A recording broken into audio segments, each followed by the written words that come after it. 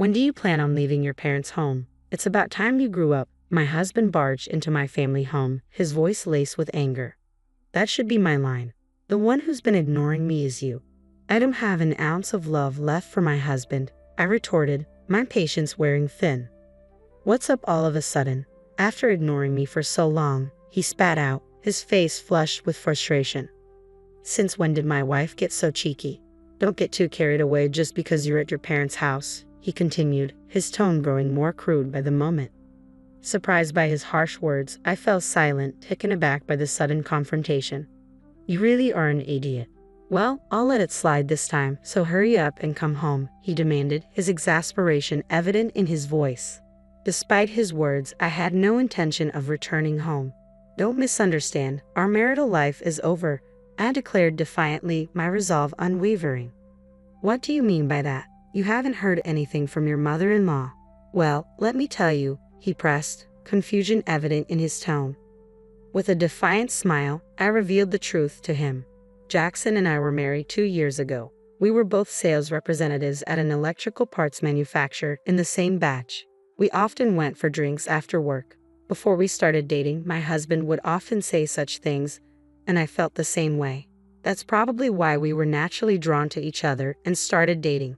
We didn't interfere with each other or act overly sweet, but he was someone I thought I could spend my life with. A year into our relationship, he proposed. Of course, I said yes.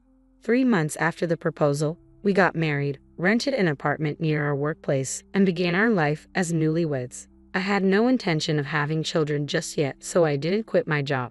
Despite our marriage, my husband often neglected his responsibilities at home. I'm going out for a bit again. You should help with the cleaning once in a while, he would say, leaving me to manage everything alone. It saddened me that he didn't contribute more, but I tried not to dwell on it, believing it was just the role of a wife.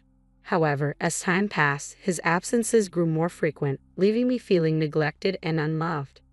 One night, he returned home late, offering no explanation for his absence. Who were you drinking with? You were out quite late, I questioned, but he ignored me, retreating to the living room without a word. I knew better than to press him when he was in a foul mood, so I left him alone, hoping he would return to his usual self by morning. But the next morning, as I prepared breakfast, he showed no signs of remorse or explanation for his behavior. Good morning. Anything wrong yesterday? He asked casually, as if nothing had happened the night before. I attempted to engage in conversation with him as usual, but he merely cast a glance in my direction before wordlessly retrieving a bottle of water from the refrigerator and exiting the living room. His demeanor seemed off, unlike his usual post-sleep mood improvement. It was an unprecedented behavior that left me genuinely puzzled. 2 days passed with him not uttering a word to me. His prolonged silence hinted at a deep-seated frustration or anger. Uncertain of how to proceed, I opted to refrain from pushing him and chose not to initiate any conversations, hoping time would provide clarity. However, his mood remained unchanged, leaving me increasingly worried. This prolonged silence was uncharacteristic of our relationship, and I feared it signaled a rupture that might be irreparable. Desperate to communicate with him, I attempted various methods from messages to notes, all of which were met with disregard. Faced with dwindling options, I resorted to a drastic measure, omitting dinner preparation. It was a deliberate move, hoping it would compel him to address the situation. Yet even then, his departure from the house was marked by silence, leaving me stunned and questioning the depth of our marriage's hollowness. His absence that night left me in solitude, contemplating the state of our relationship. The following morning, as I speculated on his whereabouts, I discovered a note on the table, bearing words dripping with disdain. Do not slack off your duties as a wife. The audacity of his message, delivered amidst his prolonged silence, incited a wave of indignation within me. How could he expect adherence to marital responsibilities when he refused to engage in meaningful communication? The realization dawned that we hadn't shared a proper conversation in over a month, highlighting the chasm that had developed between us. As I laid eyes on the note, a surge of anger towards my husband erupted within me. I can't deal with this anymore. I can't bear it anymore. I'm going back to my parents' house, I muttered to myself, overwhelmed by the suffocating silence that had enveloped our relationship.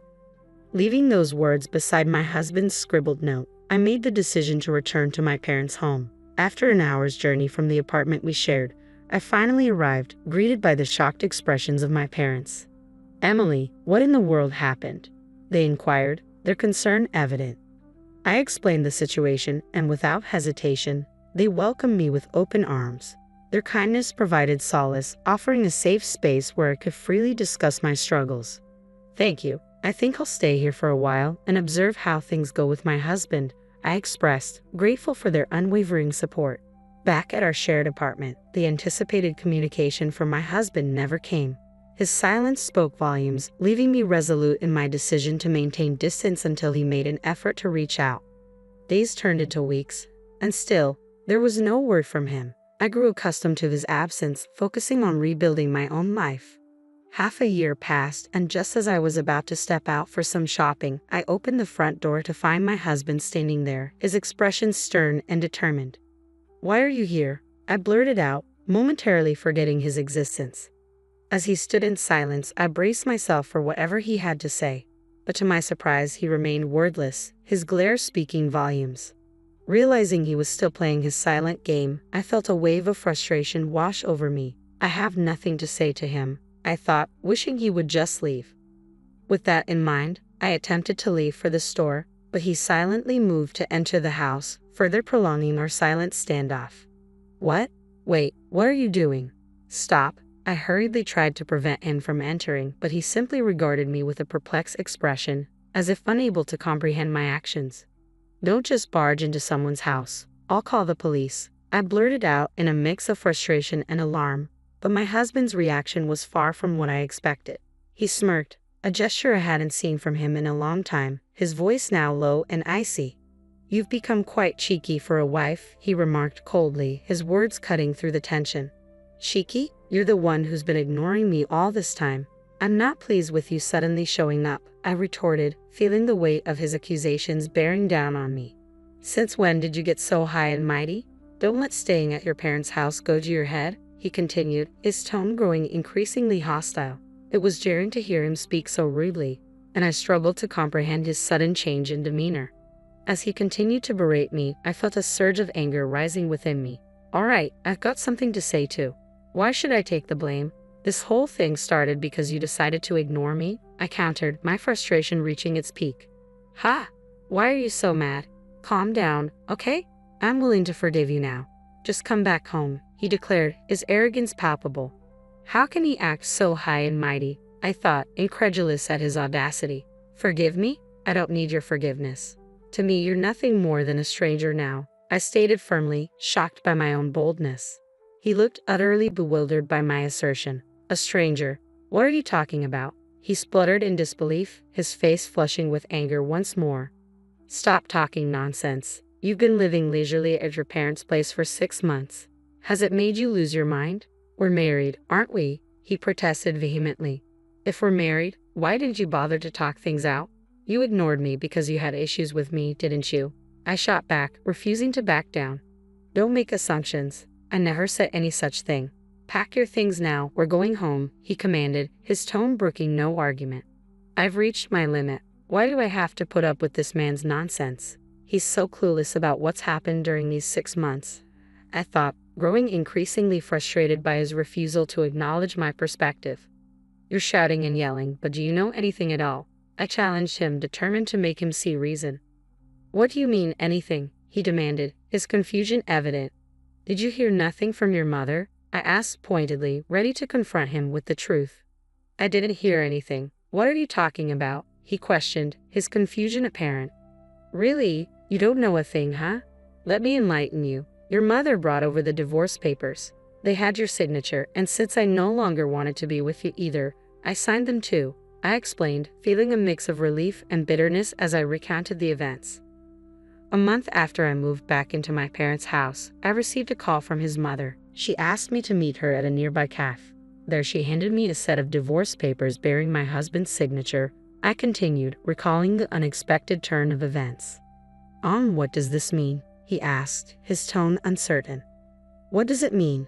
I heard from Jackson that you haven't come home, and you're not even communicating properly anymore," I replied, his mother's cold gaze mirroring his usual demeanor towards me. "So, Jackson asked you to give me these divorce papers," I clarified, a surge of joy filling me at the thought of finally being free from my husband's neglect. "Oh yes, he did," she confirmed, her response affirming my newfound liberation. "Understood. Then I'll sign the papers for the divorce," I stated firmly, eager to move forward with the dissolution of our failed marriage. The moment I received the signed divorce papers, I wasted no time in filing them at the family court, signaling the definitive end of our relationship. But as I made it clear to my ex-husband that we were divorced, his reaction was unexpected. "No, that's not what it is." I gave the papers to reassure my mother. He protested, his sudden panic contrasting with his earlier indifference. I was dumbfounded by my ex-husband's response. "So I didn't intend to file those divorce papers. They're invalid," he continued, his attempt to backtrack futile in the face of legal reality. "If he had no intention of filing them, why did he sign them?" I countered, growing increasingly frustrated by his refusal to acknowledge the gravity of the situation. "Just so you know, I've already filed the papers at the family court. They can't be invalidated now, okay?" I informed him, determined to assert my autonomy and move on from our failed marriage. But he persisted in his attempts to downplay the seriousness of the situation. "You think just apologizing to the family court will take care of everything, huh? I'm willing to do it with you. You realize it'll be a real hassle if we go through with the divorce, right?" he argued, his selfishness and refusal to accept reality exasperating me beyond measure. "You know what? You're only thinking about yourself. We can't just pretend the divorce didn't happen," I retorted, refusing to entertain his delusions any longer. "And I won't have any issues even if I split from you. Plus, I already have someone else," I added, his disbelief fueling my determination to move on and find happiness elsewhere.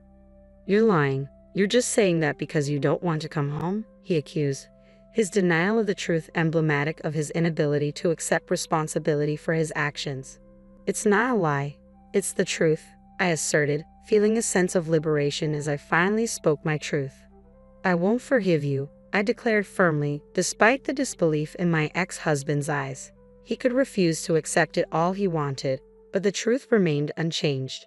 As I pondered how to make him understand, I sensed a presence behind me. "Are you okay?" My boyfriend's concerned voice cut through the tension, accompanied by raised voices from inside my parents' house. "I'm okay. I'm sorry for worrying you," I reassured him, grateful for his support. My boyfriend, still unfamiliar with my ex-husband, looked on with curiosity. "Emily, who is this guy? Do you know him?" he asked, his protective instincts evident. "That's my ex-husband," I replied, watching as my ex struggled to find his voice in the face of my boyfriend's imposing presence.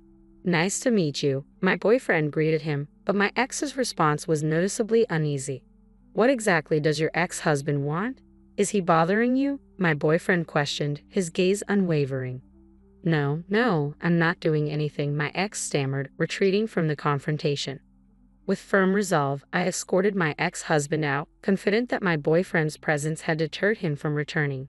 True to my expectations, he never showed up again. In the aftermath, his own actions and neglect had sealed his fate, culminating in the signing of the divorce papers. It was a testament to his foolishness and lack of foresight. A week later, prompted by my boyfriend's inquiry, I realized I had almost forgotten about my ex-husband. Curiosity piqued, I reached out to a mutual friend for an update. "He hasn't been doing well since the divorce. He's really lost his spark," the friend revealed, shedding light on my ex-husband's downward spiral. Surprised by the news of his abrupt resignation from his job, I couldn't help but wonder about the sudden turn of events. It seemed his facade of taking care of his mother was just that, a facade. Despite the revelations, I couldn't find it in me to sympathize. His actions had led to this outcome, and now I was focused on building a happier future with my boyfriend. As a newly divorced woman, marriage wasn't on the cards immediately, but we planned to register next year. With proper communication and mutual respect, I hope to create the happy family I had always dreamed of.